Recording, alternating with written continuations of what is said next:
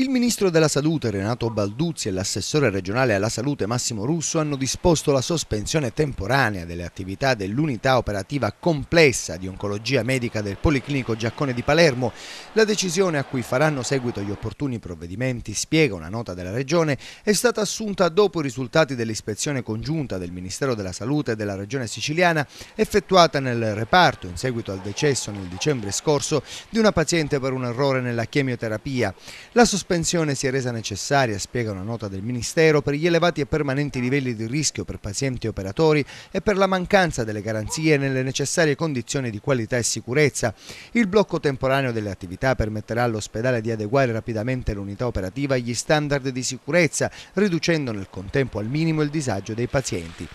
La commissione multidisciplinare ispettiva ha rilevato infatti un numero significativo di criticità: la carenza di formalizzazione su chi è autorizzato a prescrivere, preparare e somministrare i farmaci, prescrizioni effettuate prima di vedere i pazienti e senza rivalutazione, controllo insufficiente delle giacenze dei farmaci chemoterapici e della tenuta dei frigoriferi, preparazione affidata a rotazione al personale infermieristico, talvolta precario, mancato coinvolgimento della farmacia, preparazione dei farmaci in contesto strutturalmente ed organizzativamente inadeguato, uso di sacche per l'infusione dei farmaci chemioterapici senza etichetta completa, mancanza di schede analitiche individuali per le terapie, assenza di un programma di formazione per il personale che prescrive, prepara e somministra chemioterapici, assenza di procedure per la comunicazione ai pazienti e familiari, in osservanza delle regole rispetto al ruolo degli specializzandi.